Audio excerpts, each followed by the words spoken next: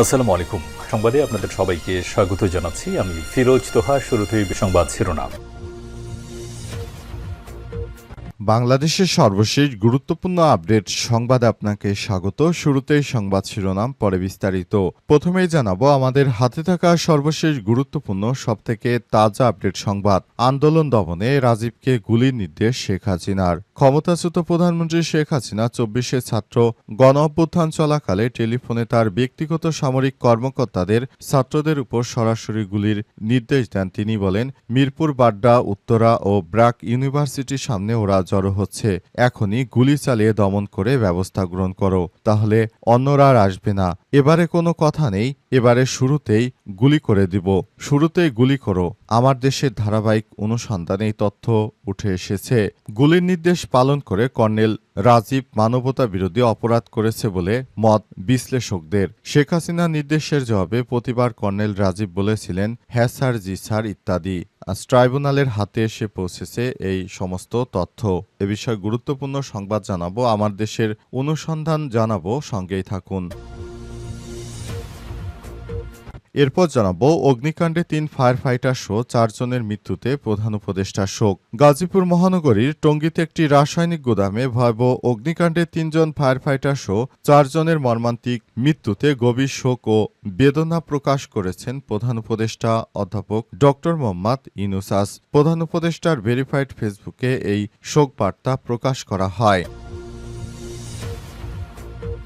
এবারে জানাবো শীঘ্রই গঠন করা হচ্ছে নতুন ২ বিভাগ, বাড়ছে উপজেলার সংখ্যাও। ফরিদপুর ও কুমিল্লা নামে ২টি নতুন প্রশাসনিক বিভাগ প্রতিষ্ঠার পথে এগোচ্ছে সরকার। সেই সঙ্গে নতুন ২টি উপজেলা গঠনের সিদ্ধান্ত গ্রহণ করা হয়েছে। সংশ্লিষ্ট সূত্রগুলো জানিয়েছে, আগামী মাসে প্রশাসনিক পুনর্বিন্যাস সংক্রান্ত জাতীয় বাস্তবায়ন কমিটির নিকার বৈঠক অনুষ্ঠিত হবে এবং সেখানে এ বিষয়ে চূড়ান্ত সিদ্ধান্ত গ্রহণ করা হবে। এবারে জানাবো অর্ধশত নেতাকর্মীকে হত্যা, পঙ্গুত্বের শিকার ২৩। স্বাধীনতার পর থেকে বরাবরই সন্ত্রাসের জনপদ হিসেবে খ্যাত ছিল ফেনী। আয়তনে ছোট হলেও দেশজুড়ে এই জেলা সবসময় আলোচনা সমালোচনায় থাকত। স্বৈরশাসক হুসেন এরশাদ এর শাসনামলে সাবেক মন্ত্রী জাফর ইমামের নেতৃত্বে টাইগার বাহিনী, ৯৬ এর পর জয়নাল হাজারীর স্টিয়ারিং বাহিনী, সর্বশেষ ফ্যাসিস্ট শেখ হাসিনা ১৫.৫ বছর দাপিয়ে বেরিয়েছে। এবং সর্বশেষ জানাবো হাসিনার ফাঁদে বিপ্লবীদের পা। নির্বাচন এগিয়ে আসছে বিস্ময়করভাবে। বেশ কিছু দিন আলোচনা নেই, জুলাই সনদ হঠাৎ হাওয়া হয়ে গেছে। বহুল কাঙ্ক্ষিত রাষ্ট্র সংস্কার উদ্যোগ, ঐক্যমত কমিশন দফায় দফায় তাদের মেয়াদ বৃদ্ধি আর ভিআইপি সুবিধা প্রোটোকলে রাজনীতিকদের মজমা বসিয়ে চলছে।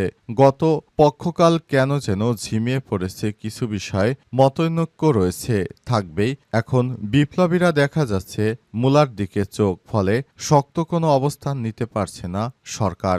বিপ্লবীরা চরমভাবে ক্ষতিগ্রস্ত হচ্ছে। প্রিয় দর্শক, এতক্ষণ শুনছিলেন সংবাদ শিরোনাম, এবারে বিস্তারিত। তবে তার আগে বন্ধুরা, অনুরোধ থাকবে এই সংবাদটিতে একটি লাইক দিন। এই চ্যানেলে আপনি নতুন হয়ে থাকলে আমাদের সংবাদটি দেখতে দেখতে চ্যানেলটি সাবস্ক্রাইব করে রাখুন। কমেন্ট করে বন্ধুরা আপনার মূল্যবান মতামত জানিয়ে দিন আপনি বিশ্বের কোন দেশ থেকে বা বাংলাদেশের কোন স্থান থেকে আমাদের সংবাদটি দেখছেন এবং শুনছেন। আর বন্ধুরা, এই সংবাদটি আপনার সোশ্যাল মিডিয়া ফেসবুকে শেয়ার করে বন্ধুদেরও দেখার সুযোগ করে দিন।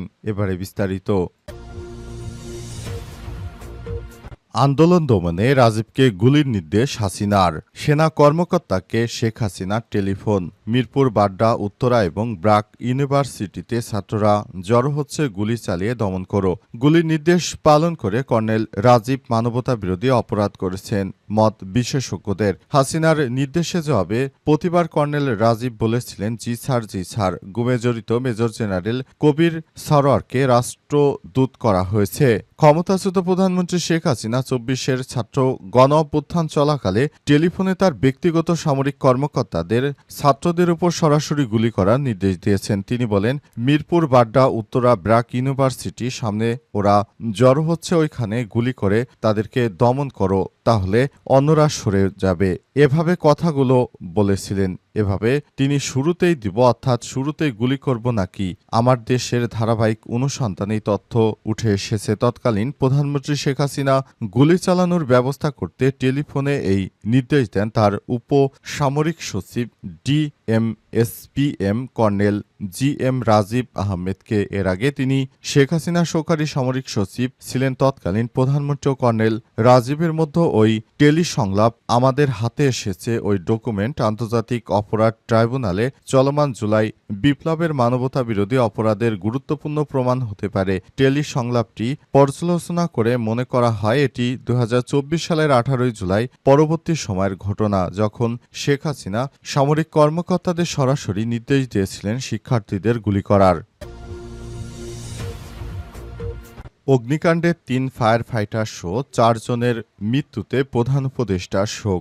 গাজীপুর মহানগরীর টঙ্গীতে একটি রাসায়নিক গুদামে ভয়াবহ অগ্নিকাণ্ডে 3 জন ফায়ার ফাইটার সহ 4 জনের মর্মান্তিক মৃত্যুতে গভীর শোক ও বেদনা প্রকাশ করেছে প্রধান উপদেষ্টা প্রফেসর ড.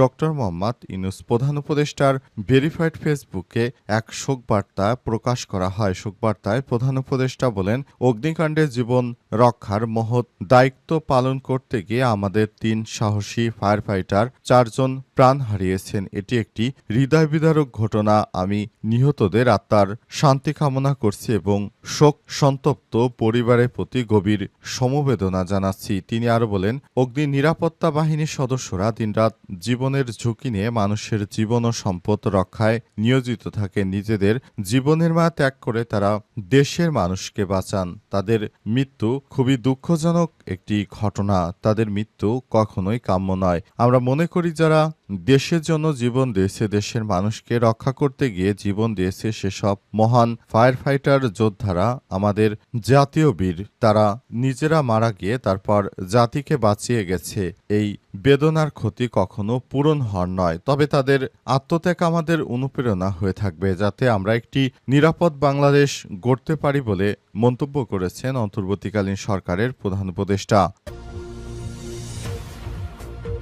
শীঘ্রই গঠন করা হচ্ছে নতুন 2 বিভাগ, বাড়ছে উপজেলার সংখ্যা। ফরিদপুর ও কুমিল্লা নামে 2টি নতুন প্রশাসনিক বিভাগ প্রতিষ্ঠার পথে এগুচ্ছে সরকার। সেই সঙ্গে নতুন 2টি উপজেলা গঠনের সিদ্ধান্ত নেওয়া হয়েছে। সংশ্লিষ্ট সূত্র থেকেই তথ্য নিশ্চিত করা হয়েছে। আগামী মাসে প্রশাসনিক পুনর্বিন্যাস সংক্রান্ত জাতীয় বাস্তবায়ন কমিটির নিকার বৈঠক অনুষ্ঠিত হতে পারে।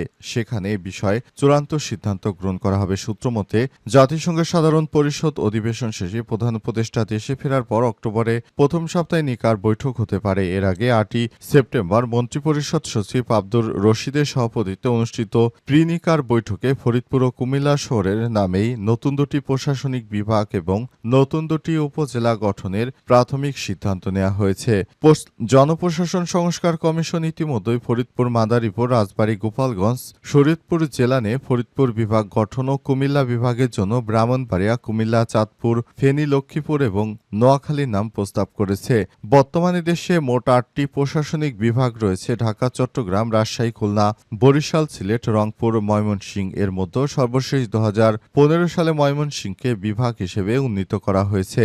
এর পাশাপাশি কুমিল্লার মুরাদনগর ও চট্টগ্রামের ফটিকছড়ি উপজেলা ভেঙে নতুন 2টি উপজেলা গঠনের সিদ্ধান্ত নেওয়া হয়েছে। মুরাদনগর উপজেলার বাঙ্গারা থানাধীন 10টি ইউনিয়ন নিয়ে বাঙ্গারা উপজেলা এবং ফটিকছড়ি ভেঙে ফটিকছড়ি উত্তর নামে উপজেলা সৃষ্টির খসড়া প্রস্তাব চূড়ান্ত করেছে মন্ত্রিপরিষদ বিভাগ। বর্তমানে মুরাদনগর উপজেলার অধীনে মোট 22টি ইউনিয়ন রয়েছে। উল্লেখ্য, 2022 সালের 27 নভেম্বর তৎকালীন প্রধানমন্ত্রী শেখ হাসিনার সভাপতিত্বে অনুষ্ঠিত নিকার বৈঠকে বৃহত্তর ফরিদপুরের কয়েকটি জেলা নিয়ে পদ্মা বিভাগ এবং কুমিল্লা ও আশপাশের জেলাগুলো নিয়ে মেঘনা বিভাগ প্রতিষ্ঠার প্রস্তাব উঠলেও চূড়ান্ত অনুমোদন হয়নি।